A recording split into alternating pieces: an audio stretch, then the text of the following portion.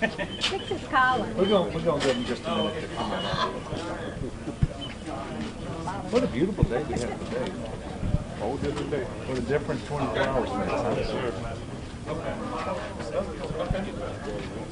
Nope. You get right here. Well, thank y'all for coming out. Obviously, I brought my team from GOSEP and state agency leads down to Iberia Parish today to be on the ground, hearing from the first responders and parish president here, the mayor of New Iberia, and others, particularly related to the hospital and the medical office building that you all know sustained serious damage. Figure out what we can do to help and to speed that assistance as much as possible. I want to start by thanking them and all of the first responders and all of the people who were just neighbors to one another. Not all of them have a title, not all of them are public servants, but they saw a neighbor in need and they went and they helped, and they continue to do that.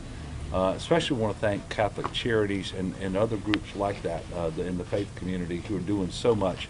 We're 10 days before Christmas, and we have a lot of people all over our state whose lives are not what they thought they would be at this point, and that can be very, very traumatic, in addition to having just lost your home or the place that you worked is not able to operate, and all of that that's going on. So I will tell you that we can be very thankful here in Iberia Parish. There was no loss of life, and we did have a number of individuals, 13 or so, who went to the hospital for treatment. Only one required an inpatient stay, and that individual hopefully will go home today.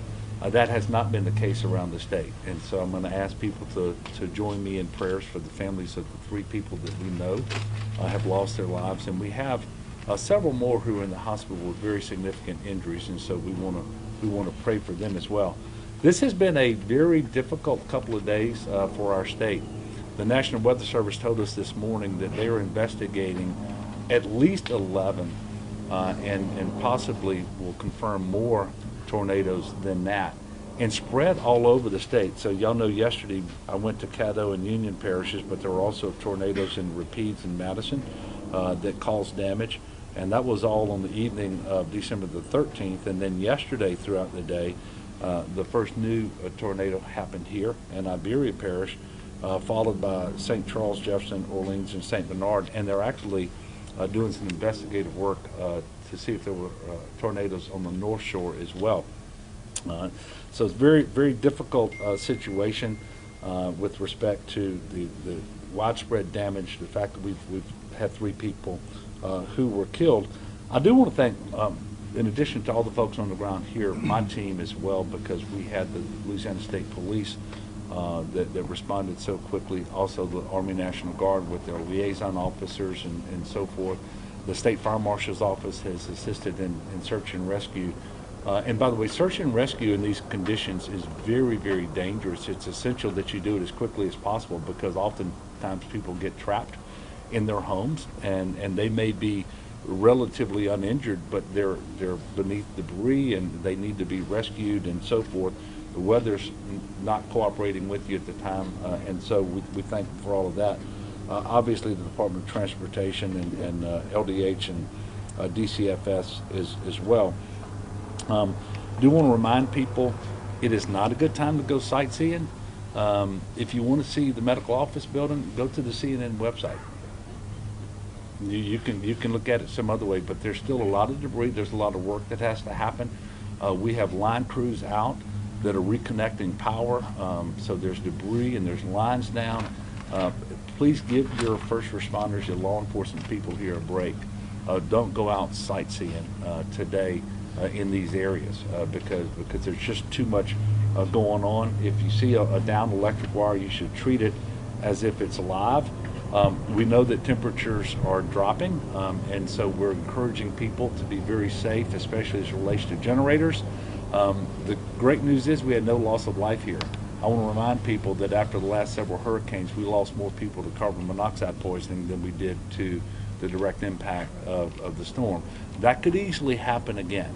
And so we're asking people, don't run a generator close to your home, certainly not inside your home, not by a door or a vent or a window. Make sure it's at least 20 feet away in a well-ventilated area, and never refuel a generator while it's running or while it's still hot. So turn it off, let it cool down for 20 minutes or so before you refuel. All of this is really important. For individuals out there who have received damage to their homes, we're asking you to go to damage.la.gov and register. Let us know where that damage is. I do want to say that that's important because we need to know the full extent of damage. I do want to also make sure that we're managing expectations. At this point, we have no reason to believe that we will meet the requirements for assistance from the federal government. So while I have issued a state declaration of emergency so that all of our state agencies can move people, resources, and we have funds available that we can expend in addressing this particular disaster, at this point we don't anticipate that there will be a federal declaration or any federal resources available. Now, we are going to do everything we can to quantify the damage, and if we are eligible, we will actually make that application. Particularly on the public assistance side, which, as you know, this is a hospital service district that received the damage at the medical office building and I think some other more minor damages at the hospital itself. So we're going to be looking at those damages, but if we don't have $8.2 million in damages across the state, we don't qualify. And secondly, there's a requirement that the parish actually meet a threshold as well before the parish can qualify. So we're going to be compiling all of that information and getting as much assistance as we can, but this one, it looks like it will be on the state and on the local government, and so just want to make sure people understand that. We are going to be taking off in just a moment to go to St. Charles Parish. I'll spend some time on the ground there, and then I'll spend some time in Gretna meeting with officials from Jefferson, Orleans, and from St. Bernard parishes as well. So asking everybody to do what you can to stay safe. Let's give the law enforcement and other people who are working a break. Let's don't go out sightseeing today. And then let's make sure we continue to lift up people in prayer. If you've got a couple of questions, I'll be happy to take them. And of course, you've got this team here behind me who can answer questions as well, should you want to direct one to them. What about the hospital within the medical center? How long before? We're assessing that right now. We've had a structural engineer come and look at the medical office building and declare that it is structurally sound. We're working through some of the issues, making sure that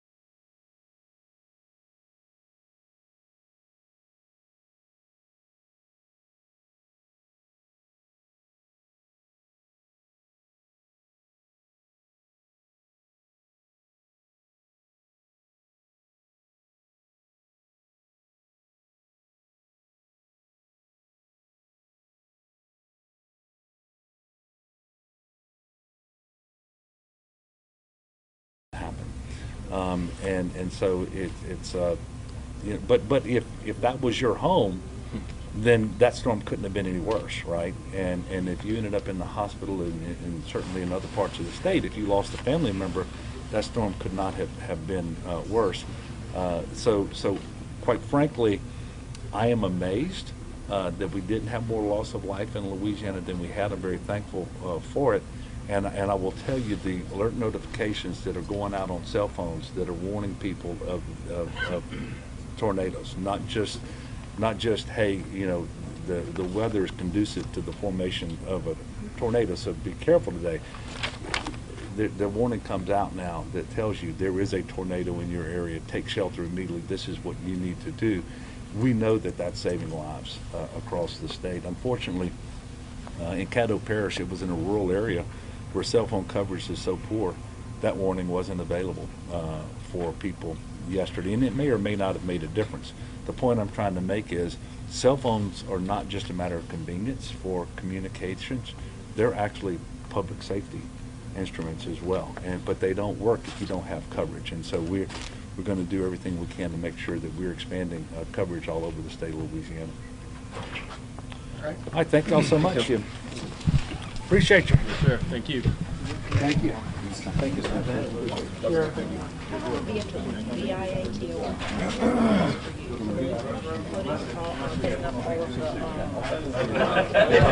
How's it going, man? You good?